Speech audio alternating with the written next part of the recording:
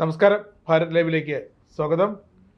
ഭരണകക്ഷിക്ക് വേണ്ടി നിയമം പാസ്സാക്കുന്ന സർക്കാരുകളാണ് നമ്മുടേത്. അല്ലെങ്കിൽ വേണമെങ്കിൽ പ്രതിപക്ഷത്തിൻ്റെ ചില പ്രത്യേക താല്പര്യപ്രകാരവും ചില നീക്കുപോക്കുകൾ പ്രകാരം നിയമങ്ങളുണ്ടാകാം.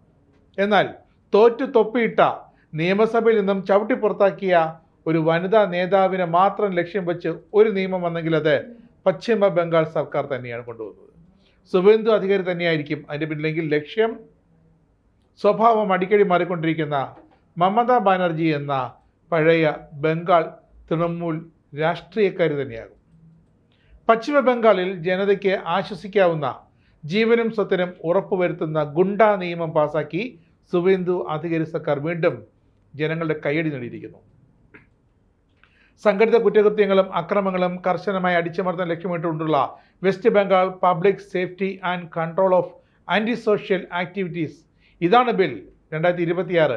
ഇതാണ് തിങ്കളാഴ്ച പശ്ചിമബംഗാൾ നിയമസഭ പാസാക്കിയത്.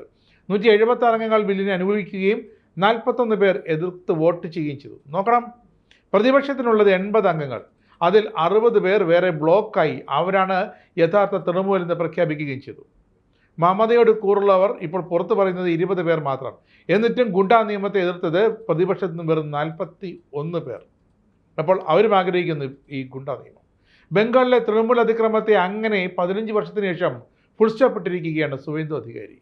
പൊതുജന സുരക്ഷയ്ക്ക് ഭീഷണി എന്ന് കണ്ടെത്തുന്ന ഏതൊരാളെയും 1 വർഷം വരെ വിചാരണ കൂടാതെ കരുതൽ തടങ്കലിൽ വയ്ക്കാൻ ഈ നിയമം ഭരണകൂടത്തിന് അനുമതി നൽകുന്നു.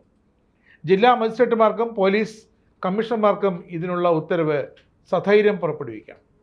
പൊതു സ്വകാര്യ സ്വത്തുക്കൾ നശിപ്പിക്കുന്ന കുറ്റവാളികളുടെ സ്വത്തുക്കൾ കണ്ടുകെട്ടും ഇവരിൽ നിന്ന് നഷ്ടപരിഹാരം ഈടാക്കാനും ഈ ഗുണ്ട നിയമത്തിൽ വ്യവസ്ഥയുണ്ട്.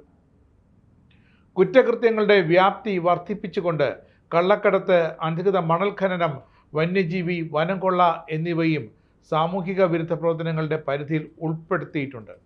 ഇത്തരത്തിൽ കുറ്റകൃത്യങ്ങളിൽ ഏർപ്പെടുന്നയാളെ ജില്ലാ മജിസ്ട്രേറ്റിനോ പോലീസ് കമ്മീഷണർക്കോ ജില്ലയിൽ നിന്നും 1 വർഷത്തേക്ക് പുറത്താക്കാനും അധികാരമുണ്ട്. എന്തായാലും ഈ നിയമസഭാ തെരഞ്ഞെടുപ്പിൽ BJP വൻ ഭൂരിപക്ഷത്തോടെ പശ്ചിമ ബംഗാൾ ജയിച്ചതോടെ മമതയുടെ തൃണമൂൽ പാർട്ടിയുടെ നട്ടെല്ല് തകർന്ന അവസ്ഥയാണ്.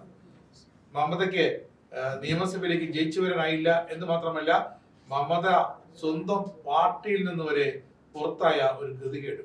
ഈ ഒരു ഗതികേട് ഇനി തൃണമൂൽ സ്പോൺസർഡ് ഗുണ്ടായിസം ഇനി ഒരിക്കലും ബംഗാളിൽ അത് ഒരു തരി പോലും വിരലനക്കില്ല എന്ന് 100% ഉറപ്പാക്കിയിരിക്കുകയാണ് സുവേന്ദു അധികാരി സർക്കാർ. അങ്ങനെയാണ് മമതാ ബാനർജിയുടെ മമതയുടെ പടയോട്ടത്തെ സുവേന്ദു അധികാരി പിടിച്ചു നിർത്തിയത്. മമതയെ വൻ തകർച്ചയുടെ മമതയുടെ പാർട്ടിയെ പ്രതിപക്ഷത്ത് കൊണ്ടിരുത്തിയത് മാത്രമല്ല, പ്രതിപക്ഷത്തെ 2ആയി പിളർത്തുകയും ചെയ്തു.